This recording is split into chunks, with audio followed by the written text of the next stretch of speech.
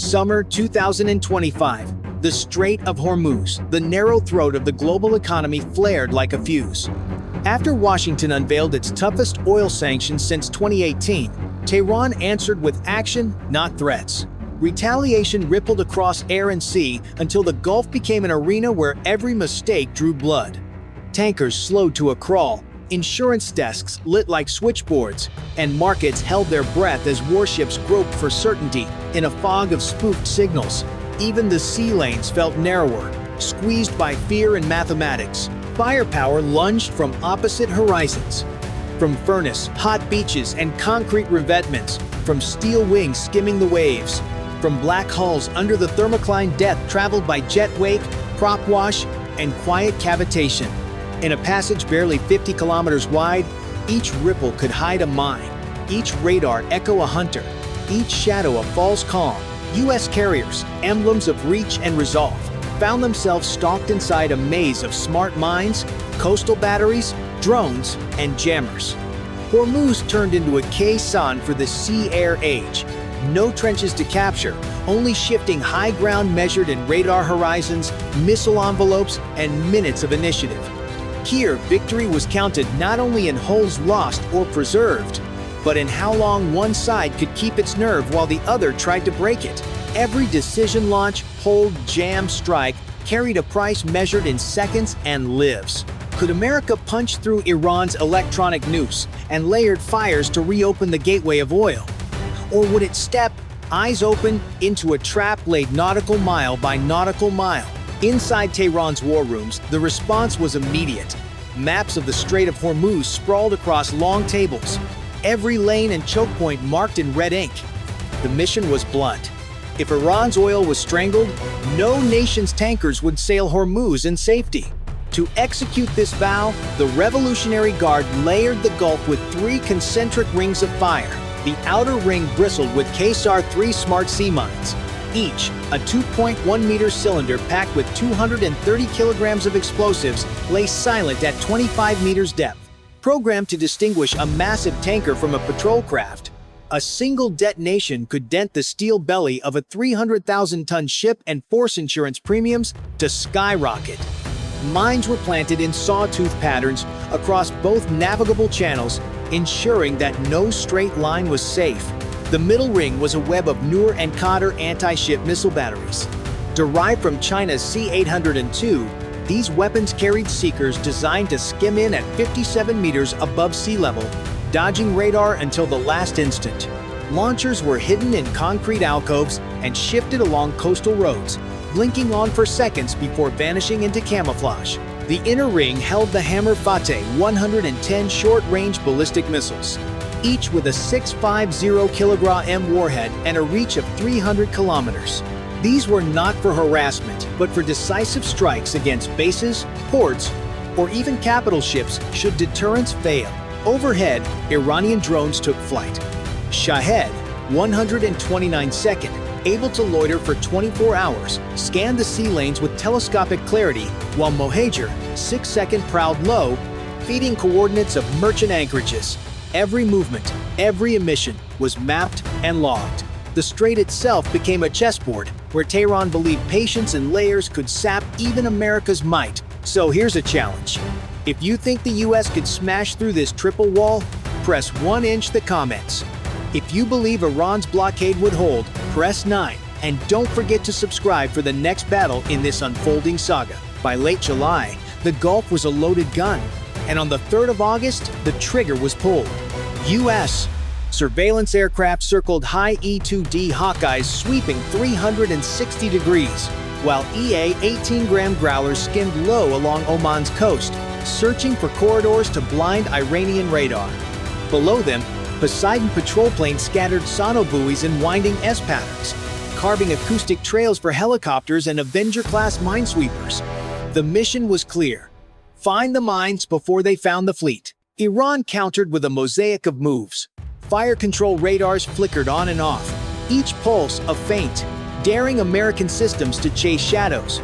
Mobile launchers crept along dirt roads, concealed by hills and villages. Shahed 129 drones slipped behind Kish Island, hiding in terrain folds, beaming coordinates through frequency-hopping links resistant to jamming. Even the sea itself became hostile, as IRGC fast boats hovered in shallows too tight for U.S. destroyers to enter, waiting to drop drifting mines when the chance arose. Beneath the waves, tension cut deeper. A Virginia-class submarine lurked south of Kish, guarding the vital trench against Iran's Ghadir mini-subs. Both sides hunted in silence, each knowing the first torpedo could ignite a wider storm. Then came the first strike. From hidden shelters west of Bandar Abbas, two Fateh 110 launchers rolled into firing position. At 6:42, both missiles tore skyward at Mach 3. Less than 5 minutes later, Bahrain's naval base erupted one warhead, igniting a fuel depot that consumed helicopters in fire, the other crippling a patrol craft's weapons system. Patriot interceptors rose too late. The message was unmistakable. Iran could hit beyond Hormuz, and America was no longer untouchable. If you believe U.S. technology could still neutralize such sudden blows, press 1" the comments. If you think Iran's ambush proved the balance was shifting, press 9. And remember to subscribe so you won't miss the next strike in this unfolding battle. Midday turned Hormuz into layered chaos. 6 Paycop fast attack craft burst from Bandar Lenga and split into twin swarms. One hugged the skinny shallows north of Kishwater too tight for an Arleigh Burke to chase, while the other sprinted south toward an exposed Avenger minesweeper clearing a corridor. At 5 nautical miles, 107mm rockets stitched the sky, smashing the Avenger's forward deck and lighting stubborn fires. CIWS Thunder answered, shredding 2 boats. Yet the survivors ducked below the radar horizon and vanished into coastal clutter as damage crews fought heat, smoke, and shrapnel-bitten cabling. Not 2 hours later, a second vector fell from above. From Cape Hormuz, 12 Shahed 136nd broke into 2 packets. 6 drove at the TPS-59 long-range radar on Sir Abu Nuair Island. 6 skimmed low toward Al Minhad, where SM-2 and ESSMs were stacked for the Aegis screen. EA 18-gram growlers clawed the spectrum, flooding receivers with DRFM noise that bent tracks and stole guidance. But 4 drones punched through the haze. One tore the radar's main antenna from its mount, blinding a vital sector for 48 hours. 3 more crashed the ammunition point, cooking off crates of 127mm shells and a clutch of SAMs in a rolling chain of orange fireballs. The effect spread faster than the flames. With sensors wounded and stockpiles burning, the U.S. formation stretched thin. E-2D Hawkeyes widened orbits to rebuild the picture. P-8 Ampere Poseidons diverted to reseed Sonabui lanes. Escorts shuffled across sectors to shield the convoy's flanks, while minesweepers kept cutting a safe seam. In that shuffle, the trap tightened. Iran had not sunk a carrier. It did something subtler. It forced America to defend everywhere, then pulled at each loose thread until gaps frayed in the weave and momentum tilted toward the shore. 4 days of attrition had left both fleets strained, yet Washington was unwilling to yield Hormuz. On the 7th of August, a second Leviathan entered the theater, USS Harry S. Truman. After racing through the Suez Canal and across the Arabian Sea, she joined USS George Washington southeast of the strait. Together, the 2 carriers unleashed more than 120 fighters, turning the Gulf into a vast launch pad of steel and jet thunder. The mission was clear: break the blockade and reopen the world's most critical sea lane. The plan split along twin axes. George Washington would pound northern Hormuz and Kish Island, home to missile nests and coastal radars. Truman would strike Bandar Abbas, the beating heart of Iran's naval infrastructure. At dawn, strike packages rose. FA-18E F-Super Hornets flew low and fast. F-35Cs soared high to drop standoff weapons. And EA-18-gram growlers painted the spectrum with static, ripping blind corridors into Iran's defenses. Near Kish, JDAMs cratered hardened revetments, destroying 3 Qatar launchers and their ammo stocks. Southward, F-35Cs released glide bombs from over 100 kilometers, annihilating 2 long-range radar stations.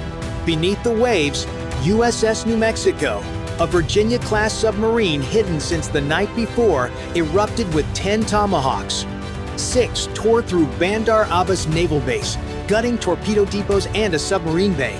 4 more struck a UAV hangar, torching at least 5 aircraft on the ground. On the surface, Avengers pressed a channel for merchant ships, while Aegis cruisers swatted Shahed drones from the sky. Poseidon seated sonobuoys in careful arcs, boxing out lurking mini-subs. By nightfall, 7 missile batteries lay in ruins, 2 depots flattened, and Bandar Abbas disabled for 48 hours. The US had forced open a corridor, yet every mile forward remained contested. If you think America's double carrier strike proved irresistible, press 1. If you believe Iran still had cards to play, press 9 and subscribe so you won't miss the counterblow. Iran refused to let the momentum slip. As US convoys inched eastward under the umbrella of 2 carriers, Tehran prepared its counterblow. On the night of the 10th of August, mobile Hormuz 2 launchers crept from hidden shelters deep inland to firing points along Kish's southern coast.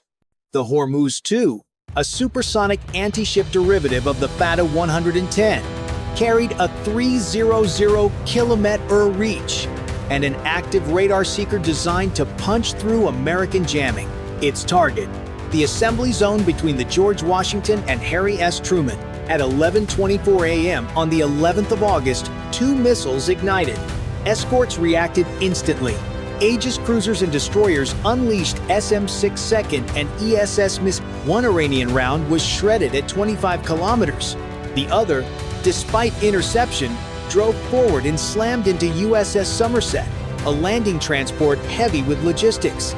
The blast ripped open her bow, flooding compartments and sending the ship under in 40 minutes. 26 sailors were rescued, but all equipment was lost beneath the waves. The strike set off a chain of distractions. 3 Gadir mini-subs slipped toward the eastern channel. 1 torpedo punched into a Panama flag tanker, forcing it aground with a 12-degree list. Fast boats rushed in behind, dropping fresh KSAR-3 mines into the gap. Above, Iran unleashed theater-wide electronic warfare. Mobile jammers poured static into Hawkeyes and Poseidons, twisting GPS fixes by dozens of meters. On Aegis displays, phantom tracks bloomed decoys spawned by Shahed 136 drones. For US commanders, clarity dissolved into noise. Within 48 hours, America's hard-won corridor eroded. On the 14th of August, the National Security Council ordered Truman back to Diego Garcia and George Washington east into the Arabian Sea, leaving Allied frigates to police Hormuz. The eastern lane slipped once more into high-risk status, premiums soared, and oil prices spiked past $110 a barrel. Iran had not sunk a carrier, yet it had forced the US back from the choke point, proving it could close Hormuz at will. The last echoes of missile fire fade into the night, replaced by the constant mechanical rhythm of the carrier at war. The air smells of jet exhaust and burnt cordite. The deck is slick with salt spray kicked up by the evening wind. Around the island, running lights glow against the Black Sea, marking the Truman silhouette as she carves a steady course. In combat, the big screen plots are already clear of hostile tracks. Controllers cross-check the radar picture one last time, confirming the swarm has been destroyed. A few operators lean back for a breath, but only for a second. The battle rhythm doesn't slow just because the shooting stops. Every kill must be logged, every weapon expenditure tracked, every system reset for the next contact. Below decks, ordnancemen are restocking elevators with fresh warheads, tail kits, and missiles. Aviation fuels teams are topping off tanks, ready for the next launch cycle. In the hangar bay, maintainers swarm over aircraft, replacing panels, checking hydraulics, and downloading mission data. In the bomb farm, crews continue assembling munitions, knowing the next sortie could be minutes away. The air wing is still in motion. Recovery cycles bring back Hornets low on fuel, while others are spotted forward on the deck, engines warming for launch. The ship sensors never stop turning. Spy 48E and ANPQ-9B sweep the horizon for any hint of trouble. For the crew of the Truman, this is normal. A battle may end, but the war continues. The carrier's strength lies not just in the firepower it can unleash, but in its ability to reset, rearm, and relaunch without pause. Tonight's fight proved the system works from the first radar contact to the last missile intercept. And as the sea rolls on under a starless sky, the Truman remains ready, her decks armed and her crew alert, waiting for the next wave to test her steel.